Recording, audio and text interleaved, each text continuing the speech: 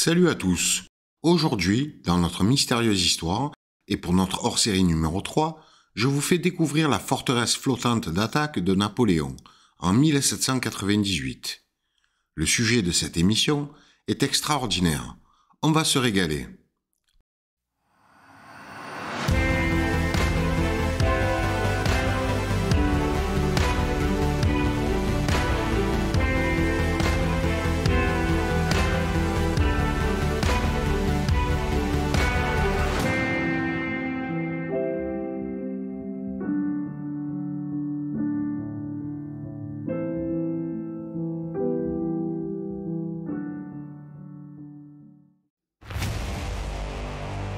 Le vaisseau d'invasion français, conçu pour traverser la Manche pendant les guerres napoléoniennes. À la fin des années 1790, la Grande-Bretagne a été saisie par la peur d'une invasion par le célèbre seigneur de guerre français Napoléon Bonaparte. De l'autre côté de la Manche, il amassait ses forces. Les rumeurs de ses conquêtes allaient bon train et tout le monde savait qu'il avait jeté son dévolu sur l'Angleterre comme prochaine invasion planifiée. En effet, une petite force française a même débarqué au pays de Galles en 1797 dans le cadre d'une tentative très brève et infructueuse de diversion. Comme elle a l'habitude de le faire, et le faisait même au XVIIIe siècle, la presse s'est emparée des angoisses de la nation et a commencé à publier des satires sur les prétendus radeaux remplis de troupes militaires qui débarqueraient sur le sol britannique. Une variété de caricatures et de rapports ont été produits.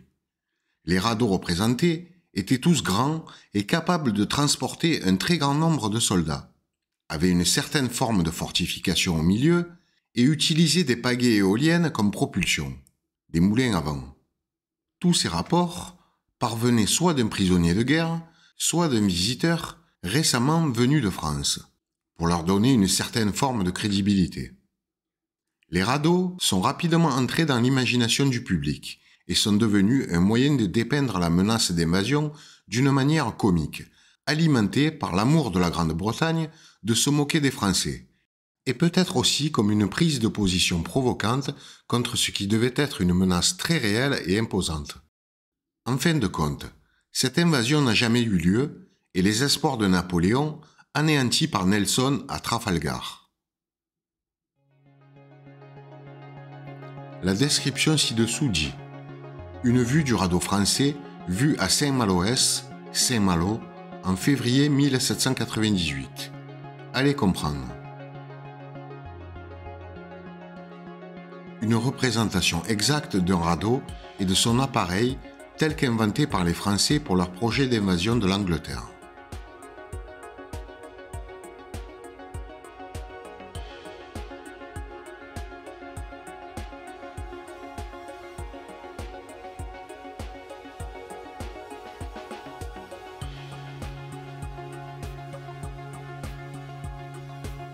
La description ci-dessous revendique 60 000 hommes et 600 canons.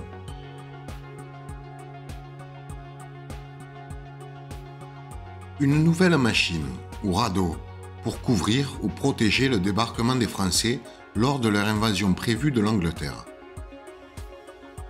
Ceci est une autre variante du radeau supposé, construit par les Français pour l'invasion de la Grande-Bretagne au début de 1798. Contrairement à d'autres estampes produites pendant cette vague de paranoïa à Londres, qui représentent le navire comme un engin excessivement fantastique, cette estampe le réduit à une symétrie géométrique sévère pour affirmer sa prétention à être fondée dans les faits. Un plus grand air d'autorité est donné par l'affirmation que la gravure est faite d'après un dessin original d'un prisonnier de guerre français et par la richesse des détails statistiques dans la légende. La machine est décrite comme suit: 650 mètres de long et 450 mètres de large, avec 500 canons autour, de 36 et 48 livres. À chaque extrémité se trouvent 2 moulins à vent, qui font tourner des roues dans l'eau à chaque point du vent pour naviguer. Au milieu se trouve un fort renfermant des mortiers Perrier. Il transporte 60 000 hommes, de la cavalerie, de l'infanterie et de l'artillerie. Néanmoins, cela ne dissimule pas l'innavigabilité de la nouvelle machine. Il n'y a pas non plus de preuves solides qu'un tel navire était en construction sur la côte nord de la France à cette époque. La destruction du radeau français par une frégate anglaise par de courageux goudrons britanniques. 6 février 1798. Chose curieuse, sur cette estampe, on peut y lire « Citadelle circulaire flottante soumise au directoire français en 1798 » et elle se rapporte à Abraham Lincoln et les batailles de la guerre civile aux États-Unis. Je n'ai trouvé aucun texte relatif à 1798, ni à aucun des dessins. La propulsion éolienne est mentionnée 38 ans plus tard dans un livre de 1836. En 1855, ils l'appelèrent un nouveau système de navires propulseurs. Ils parlaient encore de ces navires avant en 1872. On dirait qu'il y en avait au moins un en activité à un moment donné. Donc, avec toutes les représentations détaillées de ce vaisseau d'invasion français, dont l'une nous vient des États-Unis en rapport avec Abraham Lincoln et les batailles de la guerre civile, il est étonnant que cette machine fantastique n'ait jamais été créée. Dites-moi en commentaire, vous pensez que c'est juste de la désinformation de la part de la presse anglaise de l'époque, pour par exemple préparer la population à un conflit, etc. Ou bien cette forteresse d'attaque flottante de Napoléon a réellement existé? En tout cas, l'idée même de cette forteresse d'invasion française est purement extraordinaire et fantastique. On pourrait en faire un film historique de science-fiction. Au début, cela m'a fait penser à cet engin. Puis j'ai remarqué que les moulins avant étaient horizontaux, comme un hélicoptère. Et ça m'a fait penser à ça.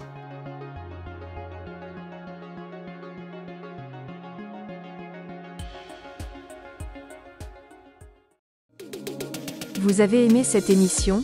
N'hésitez pas à soutenir la chaîne Notre Mystérieuse Histoire. Ça nous permettra de nous développer, de vous proposer plus de contenu et de meilleure qualité. Vous pouvez nous faire un don sur Tipeee, PayPal, et par USDTTRC20, les frais sont vraiment minimes. Tous nos liens sont dans la description de la vidéo et épinglés dans la section commentaires. Vous avez également une boutique à disposition, vous y trouverez des dossiers complets sur différents sujets passionnants en lien avec nos émissions. Dans ces dossiers, il y a tous les documents importants et rares obtenus au fil des enquêtes, gravures, photos, vidéos, informations. L'acquisition de ces dossiers précieux vous évitera des semaines voire des mois de recherche pour une somme modique. C'est aussi une manière de participer à l'essor de la chaîne Notre Mystérieuse Histoire. N'hésitez pas à y faire un tour. Rejoignez-nous sur vos différents réseaux sociaux préférés au cas où ils bloqueraient l'accès à l'un d'eux comme avec Rumble. On y poste régulièrement des articles très intéressants, des photos anciennes, des gravures et peintures magnifiques et plus encore. Nous sommes présents sur Facebook, Instagram, VK, Telegram, Twitter, Getter, Gab, YouTube, Odyssée et TikTok. Nous y sommes de plus en plus nombreux et c'est vraiment super, un grand merci à vous. Mettez un j'aime et abonnez-vous pour ne rien manquer de nos prochaines publications. Dites-nous si vous avez aimé et commentez. À très vite les amis.